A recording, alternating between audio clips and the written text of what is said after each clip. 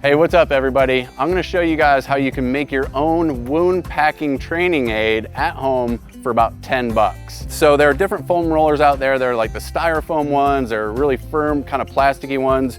You're gonna want the foam, kind of like the pool foam material, and you want it to be solid. So, super simple. You take out a knife and you can create all kinds of different wounds with this. You'll do a straight laceration, you can do kind of a blowout. This is more kind of a, ballistic style, maybe a broadhead arrow or some kind of a projectile, maybe a bullet will leave some kind of bigger wound like this. And then the small caliber gunshot wound, and it's just that easy. Obviously the foam comes out, drill works great, and now you basically have just this straight cylinder, which this thing might bleed like a gusher, but as you can tell, comparatively, it's not that big of a hole, but you still might have to deal with something like this that is an arterial bleed that you're gonna have to pack. Remember, all the tools in the world aren't gonna do you any good unless you know how to use them, and this is a great way to stay trained up.